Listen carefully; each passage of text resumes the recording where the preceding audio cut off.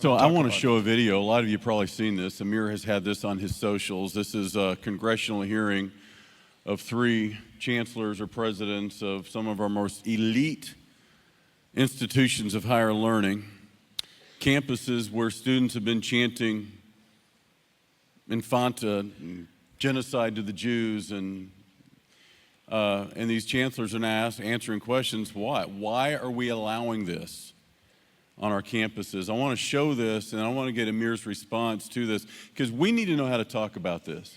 Our kids are being confronted with a worldview. Our kids are being confronted with a distortion of the truth. Our kids, in many cases, are motivated by the right things. They want to take up the cause of the oppressed or those that they see are victims. And we need to learn what the truth is and how to have a genuine, intelligent conversation with those that disagree with us. But it is time for the church to engage in the conversation.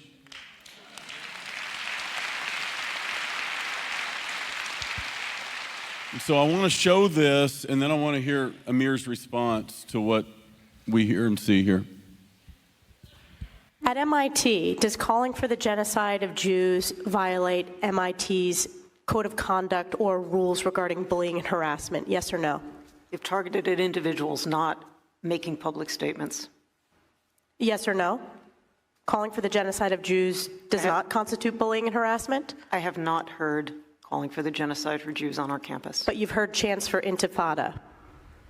I've heard chants, which can be anti-Semitic depending on the context, when calling for the elimination of the Jewish people. So those would not be according to the MIT's code of conduct or rules? That would be investigated as harassment if pervasive and severe. Ms. McGill, at Penn, does calling for the genocide of Jews violate Penn's rules or code of conduct? Yes or no? If the speech turns into conduct, it can be harassment, yes. I am asking specifically calling for the genocide of Jews. Does that constitute bullying or harassment? If it is directed and severe or pervasive, it is harassment. So the answer is yes. It is a context-dependent decision, Congresswoman. It's a context-dependent decision. That's your testimony today. Calling for the genocide of Jews is depending upon the context. That is not bullying or harassment. This is the easiest question to answer yes, Ms. McGill. So is your testimony that you will not answer yes? If the yes or no? If the speech becomes conduct, it can be harassment, yes. Conduct meaning committing the act of genocide? The speech is not harassment? This is unacceptable, Ms. McGill. I'm going to give you one more opportunity for the world to see your answer. Does calling for the genocide of Jews violate Penn's code of conduct when it comes to bullying and harassment? Yes or no? It can be harassment. The answer is yes. And Dr. Gay, at Harvard, does calling for the genocide of Jews violate Harvard's rules of bullying and harassment? Yes or no? It can be, depending on the context. What's the context? Targeted as an individual, at an individual. It's targeted at Jewish students, Jewish individuals. Do you understand your testimony is dehumanizing them? Do you understand that dehumanization is part of anti-Semitism? I will ask you one more time. Does calling for the genocide of Jews violate Harvard's rules of bullying and harassment? Yes or no? Anti-Semitic rhetoric. And is it anti-Semitic rhetoric? Anti-Semitic rhetoric, when it crosses into conduct that amounts to bullying, harassment, intimidation, that is actionable conduct, and we do take action. So the answer is yes, that calling for the genocide of Jews violates Harvard Code of Conduct, correct? Again, it depends on the context. It does not depend on the context. The answer is yes, and this is why you should resign. These are unacceptable answers across the board.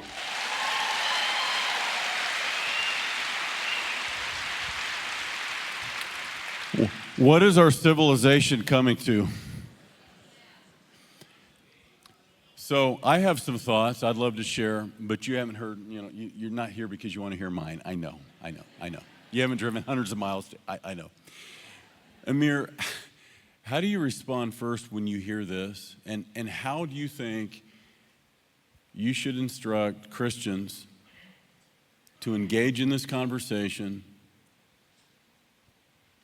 with intelligence and information, not emotion, but with facts? Well, the Bible tells us that if we hate any group of people, the Spirit of God is not in us. And we need to understand that if you come against the people of God, you're coming against the apple of God's eyes. But I will tell you, what you just saw demonstrates to you the fruit of progressive mindset. If that congresswoman would have asked about LGBTQ or about Africans or about Arabs or about others, the answer would be very, very quickly yes. What we see here is continuation of the attempt of and by the way, make no mistake, if you look at this only with eyes of a human without understanding the spiritual angle of it, this is a spiritual attack. Only the enemy wants people to not count a genocide of Jews as something that has to be immediately eradicated. Only the enemy wants the Jewish people to be completely wiped out, and you will only look at it depends on the context. You have to understand this type of, and these are the leaders of those institutions. The Ivy League universities, that's their death right now. What you just saw, I don't think anyone would consider them in the future, because that is the type of something that no parent would like his child to adopt. But I will tell you that this is not something new. This is what you see now is the manifestation of that which has been worked on and diligently pumped into the hearts and the minds of so many people throughout the last 20 or 30 years. This is now we see who is the teacher, who is the president of the institution, and why it makes sense now that the students of these institutions can easily walk in the streets and say, from the river to the sea, Palestine will be free. And when you ask them, what river? Oh. What sea? Oh. They chant for intifada, and you ask them, what is an intifada? Oh. They don't think anymore, because the world is not interested in people thinking anymore. And when we have the word of truth, when we have the word of God, when we have the Spirit of God in us, that's when we understand. That's the only way to fight this. But I will tell you this thing, and I see that. The Jewish population in America that has been traditionally very liberal, very progressive, smells the coffee and wakes up right now.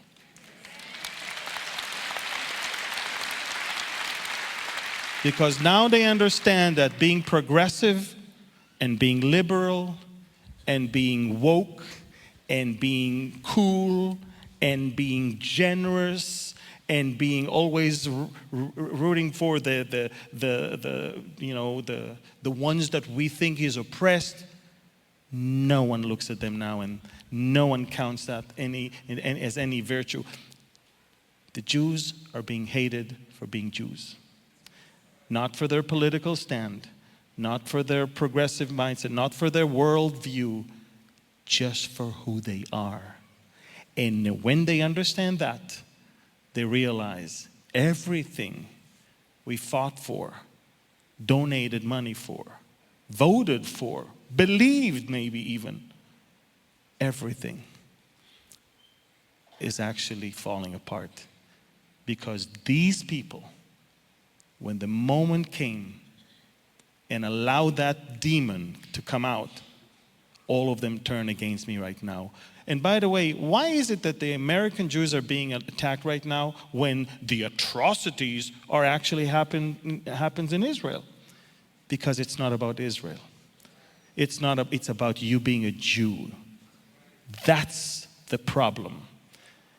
In the past, they were very, very, very smart to say, I'm against Israel, but I love the Jews.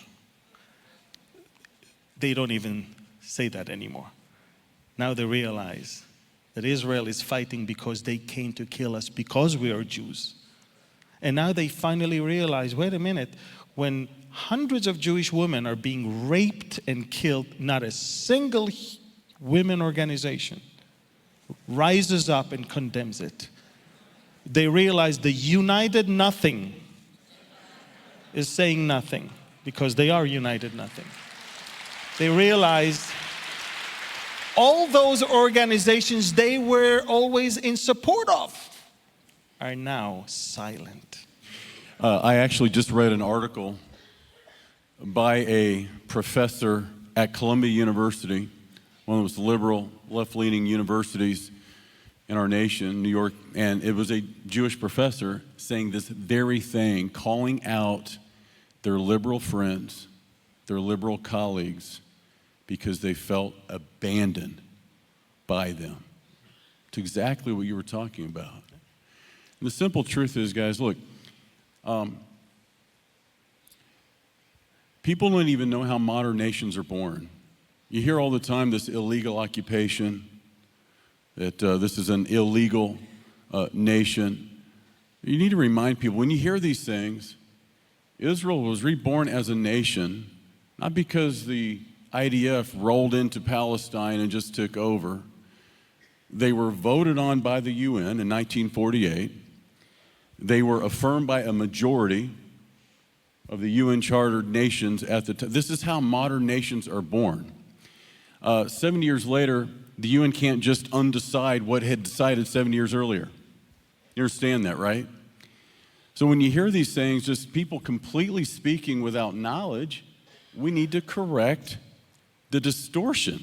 This is not an illegal occupation. They were legally chartered as a nation. This is how nations are born. If you want to talk about who's occupying who, it just so happens the third most holy site in all of Islam is occupying the most holy site in all of Judaism. So who's occupying who? And if you really want to talk about who was there first,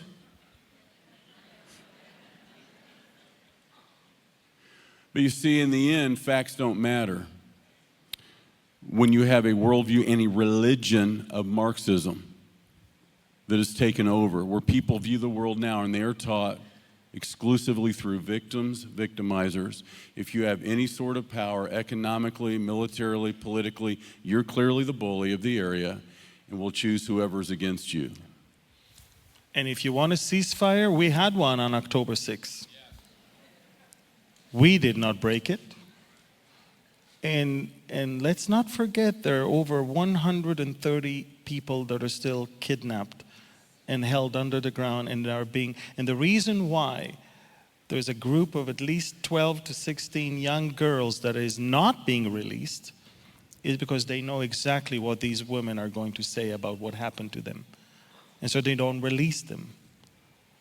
There are Israelis that were captured on October 7th and they were taken as captives and they were held in homes of United Nations workers, of doctors. They were held in under the ground. They were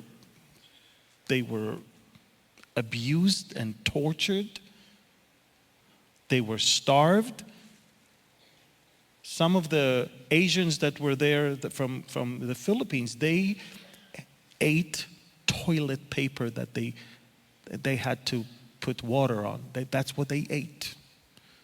Ladies and gentlemen, if you want this war to end, surrender and give us our kidnapped people, and it will end. We do not want war. But you cannot just slaughter 1,400 people, kidnap 250 people, and think that the world can go on. No nation on planet Earth would have gone as normal. And I will tell you as Christians, because some Christians criticize me for not having enough love and compassion for the other side. Let me tell you something. First of all, Romans chapter 13 says that the government has the duty to exercise vengeance on the evildoers. Not the right to do it, the duty to do it. My government, I'm not going there and shooting Palestinians. No, I have a military and I have a government that has the duty, according to the Bible, to do that. And if they want the war to be over, give me all the people you kidnapped and surrender all of those who killed all these people. That's it. The war will end at once.